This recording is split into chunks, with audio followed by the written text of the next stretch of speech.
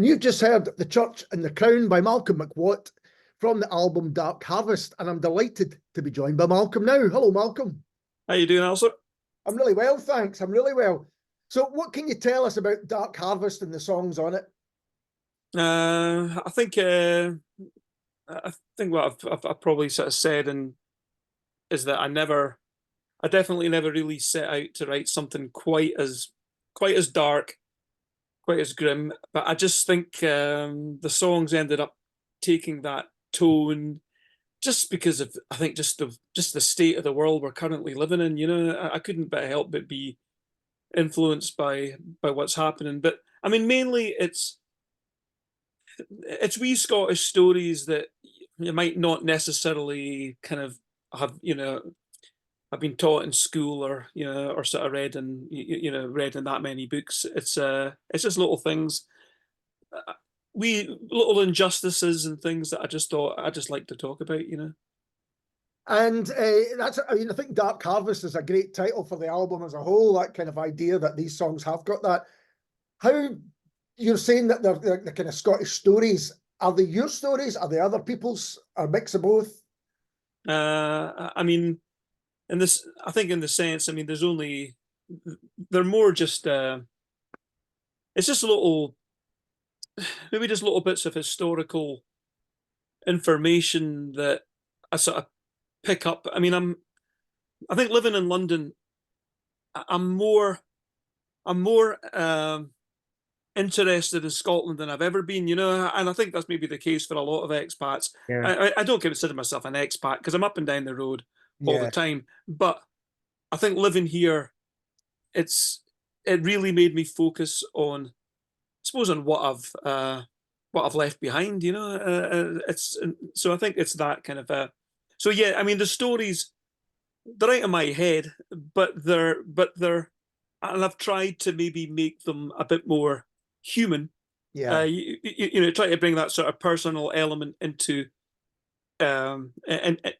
into these fairly dark little tales, so yeah. It feels to me like they're almost in the old Scottish ballad tradition in that sense, in that they're taking stories that perhaps are more widely known, but you make them personal and tell them in your own way. I mean, I would definitely say that's, I think that style of that's maybe that style of getting a story across, and I've definitely been, I've certainly been influenced by the likes of the Corries, and maybe the way Dick Gaughan will tell a story or something. I mean, everyone really. I mean, I think Malinky have got some brilliant stories, and I've always gravitated towards that side of songwriting. I mean, even just the sort of even with the country music that I like. Yeah. I mean, I would gravitate towards sort of Jimmy Webb and or just those Wichita Lineman. I mean, all that sort of just these pictures you can imagine in your head. So I think that's definitely where I'm coming from. Yeah, because you've always had that kind of, certainly for me, that Americana kind of side to things as well, which, as you say, similarly, I mean, it's folk tradition, isn't it, no matter where it's from? Yeah, I mean, exactly, and also, I think that just that love I have for Americana, I mean, as much as I'm interested in American culture, I'm more interested in how Scotland has played a part in that, in that side of it, and then obviously those influences come back and once again influence Scotland. But it's definitely those roots and sort of connections that sort of run back and forth across the Atlantic. I love that. I just love those sort of, it's a very interesting relationship to consider, isn't it? But I think, I might be wrong about this, but I think particularly the west coast of Scotland and America, there's that real kind of connection. I mean, you might think of it as being a completely Scottish thing, but I guess because I live in the west coast. But you had the kind of country and western scene, and you had the kind of 1950s rock and roll scene, and all of these things have nights in, around the place that people still celebrate that kind of music. Yeah, and I say, I mean, the connection with the West Coast. I mean, obviously, it's seaports to seaports. Yeah, I guess that's right. So yeah, no, I mean, without a doubt, it's and I think it's also, I mean, yeah, the whole idea of sort of rock and roll coming in with maybe merchant seamen and maybe military seamen and that sort of stuff, but all coming into Glasgow and Liverpool and down that sort of down that side of the. But I mean, I think probably from my own. My granny was, so we lived in Murrayshire, so right. I lived with my granny. She was, so she was very keen on, if I even from our house on a good day, you could kind of see across, you could sort of see across the Sutherland, and so those stories about the Highlanders, I mean, and that sort of stuff. I mean, I was just brought up on that, it's like, so yeah, I love that whole West, the West Coast side. It's definitely plays a part in my songs. I'm interested to know what you think about the idea that I think that there's more interest in that kind of older history that maybe we weren't taught. Certainly I wasn't taught at schools and things like that than ever before. You've got a younger generation of folk musicians that are looking into it. You've got people looking at history back beyond, like the Union of the Crowns, going even, back to the early Queens and things like that. There seems to be a real appetite for it. I know, definitely, because I just think it's like, I suppose people are looking for maybe like what I am. I mean, I'm kind of looking to try and make sense of life at the moment, and I can't quite make sense of the future because it just seems so, and the present just seems a really, for example, it's in this day and age, to me, it seems crazy that we're even talking about nuclear warfare again. I mean, that just, it's like, what? I mean, that's kind of, that to me, that went out with the Cold War. I mean, I hadn't thought about that sort of stuff for 20 years, it's like, and now it just seems, and so it's, I think maybe with the present time being a little bit unpredictable and a little bit frightening, it does seem a good time to go back and look at the past, and maybe was it a better time? Is there, but I think you need to look at the past to understand the present and maybe plan for the future. I think that's really interesting, particularly that idea of planning for the future, because there have been dark times in the past and people have come through it. So even when it seems really bleak, as you're suggesting it does at the moment, people have come through these times.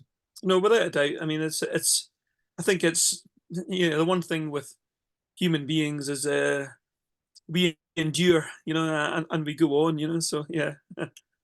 So we've talked about Americana and a little bit of kind of folk music. What are the kind of influences, or who are the influences on your music? I mean, probably, I think I would have said one of my biggest influences was an album way back in the day. I mean, you maybe remember. I mean, I remember my mum being part of these record clubs. It was Britannica or Britannia, but Britannica, I think it might have been. But every month she'd get 3 albums that she'd maybe ordered, and my mum's taste was always, it was it was Stax and Motown and anything you could dance to, really. But obviously one month she must have forgotten and to make an order, and they send you stuff anyway. So she got sent an album, and it was by a now defunct British folk label called Transatlantic, right? And on it was the Humble Bums, there was Bert Jansch, John Renburn, but especially I was taken by Pentangle. Right. And I just, even though, I mean, I don't know how old I would have been, 10, 11, 12 maybe, you know, I remember just being, I didn't even know what jazz was, and I didn't quite know what the blues was, but it was, I love that mix of folk and blues, folk and jazz, folk and country. It was all those kind of, and I think that's, you know, that kind of, that side of it has always interested me. And when I learned to play the guitar, I had I had this sort of ubiquitous, hairy lefty history teacher, who taught me my first sort of real guitar chords and stuff, and it was all American folk songs, really. You know, I mean, Camptown Races, the Boll Weevil, you know, This Land Is Your Land, just these nice, easy 3-chord songs, you know, and so definitely that countryside was or that American folk was an influence. But then as I grew up wanting to learn, you know, as I really got into the guitar, I just kind of wanted to be Jimmy Page. I mean, you know, so Led Zeppelin was my whole thing, you know, and but yet, even though I was really into that kind of rock side, Jimmy Page on one hand is referencing, you know, Burt Jansch and Renburn all the time, you know, so you know, so that folk, and that country element also in Led Zeppelin, it was always there. So, and I think all my favorite, you know, some of my favorite Rolling Stones songs were their country songs. So I think there's always just been in my music, I've just gravitated, you know, towards that American side, and I think also as a young lad sort of growing up, just before the internet and before we have so many TV channels, it's like I lived for Columbo and Kojak and you know, Alias Smith and Jones, and just all this great American TV that you were exposed to all the time. So yeah, that's I think that's sometimes overlooked, is that the influence American television had on generations. That's kind of what was the top stuff. That was your Starsky and Hutch, and Starsky, you know, yeah, exactly, absolutely. You know? And it was so different to life in Scotland. Yeah, I know. I mean, it was exciting and glamorous, and I mean, I'm not saying life in Elgin was not exciting and glamorous, but it had the sunshine and the and the cool cars and And going back to the album, how was it made? Is it just yourself? I know there's some other people on it as well. Do you produce it, or were there other people helping? So yeah, I mean, I do. I think it was a funny one because a couple of years ago, I'd basically during COVID, I was stuck at home in my little bedroom, little flat in London, wanting to be anywhere but London, to be honest. And I couldn't do any recording, couldn't play with the guys I normally played with and stuff, and I ended up just sort of digging out my fiddle, things I hadn't touched in a long time, and so I had to record at home, you know, because I had no other way to do it. I had no people to play with, so I just literally just, you know, I did this little EP. It was called Scale. It was just, once again, it was just these Scottish Americana connections. It got a brilliant review in an Americana sort of online magazine, which led to my label boss giving me a shout and asking, you know, did I have any more of this stuff? Would I be interested in you know, in working with him on an album? So I just literally record in my bedroom. I don't have a computer to record with. I record with stuff. It's like I suppose it's like a digital version of one of these old Porta studios. Right. It's just knobs and sliders and things, and so I can't. If I make a mistake, it's it's back to the beginning and start again, you know. So it's quite a slow way of recording, but it gives me time to really think about this, think about the songs. And I've always kind of liked, I've always been able to understand stringed instruments. I can't play the piano to save my life. I couldn't, I don't understand woodwind, but if it's got a string in it, it makes sense to me, you know. So it was just a case of sort of picking up all these instruments I had lying around. I'd never really played my banjo, but the banjo's tuned the same as my resonator guitar, which is, like a dobro, which you sort of play in your lap with a steel bar in one hand. It's the same tuning. So I just thought, well, how hard can it be, And it's just a case of going for it, and it just seemed to work out really well, and what I found was that just recording on my own, I had less arguments, with other, I could just do what I wanted to do, and it was a process that that worked really well for me, and I've just carried on doing it, So yeah, that's really interesting, because it seems to me that type of recording almost suits the songs, going back to the idea of being ballads and playing them almost live. I mean, they sound like songs that are meant to be played live, if you know what I mean. Well, I mean, even in the way that we were, I mean, my so I don't do any of my own mixing. I don't have that facilities. All my songs they just get recorded. Everything's completely raw. I mean, it's raw files. So it's just the sound that comes in. There's no compression. There's no reverb. There's nothing, And I just give it to a chap called Phil Deering, basically to mix it all up, and he found it really difficult because music software, it's especially today's stuff, it's designed to squeeze the maximum, the maximum frequencies, the maximum of everything. It's trying to make everything sound as best as it possibly could. And I'm asking him, and nah, that's too polished. I'm constantly telling him to take that off. And so we ended up with my previous album, Settler, and this one, I just wanted the same inverted commas band. Yeah. And I wanted them sitting in the same seats. I don't want people getting out of their seats and suddenly you're hearing the mandolin from a different side, and everything's recorded with the same reverb. It's the same room.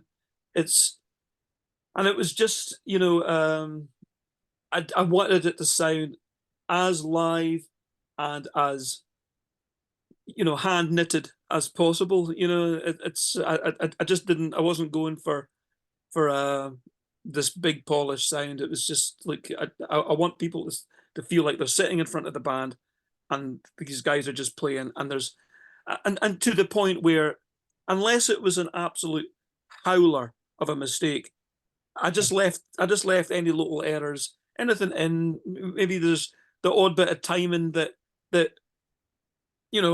normally you would just press that button that says quantize and it would just bring everything into.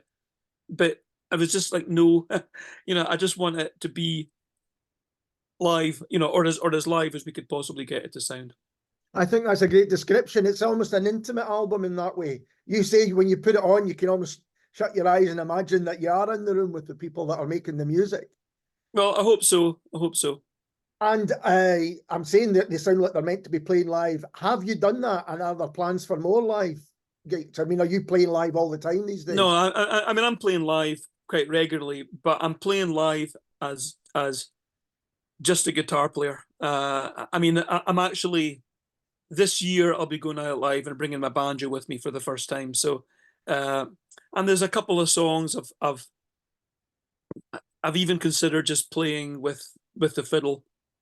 I think the more that I get to see other performers who I admire playing live and seeing what they do and thinking, well, you know what, I loved what Eliza Carthy just did, right, just with that fiddle alone, and she just sung a song, and I thought, well, you know what, I could do that. I think you need to go out and maybe see what the possibilities are. But for the actual, just for the day-to-day realities of playing, I perform as a solo artist. I couldn't afford, I couldn't afford to pay a band, and the logistics of traveling with other musicians and having to pay their hotel bills, their food, accommodation. I couldn't do it. So it's just me, and it's another.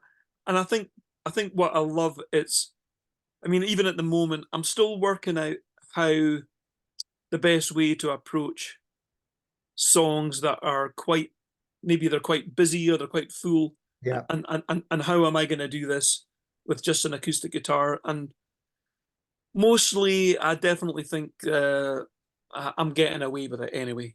So it's because it's a different animal that and at some point, I mean, I think maybe this year I'm probably going to start recording some of my gigs. Right.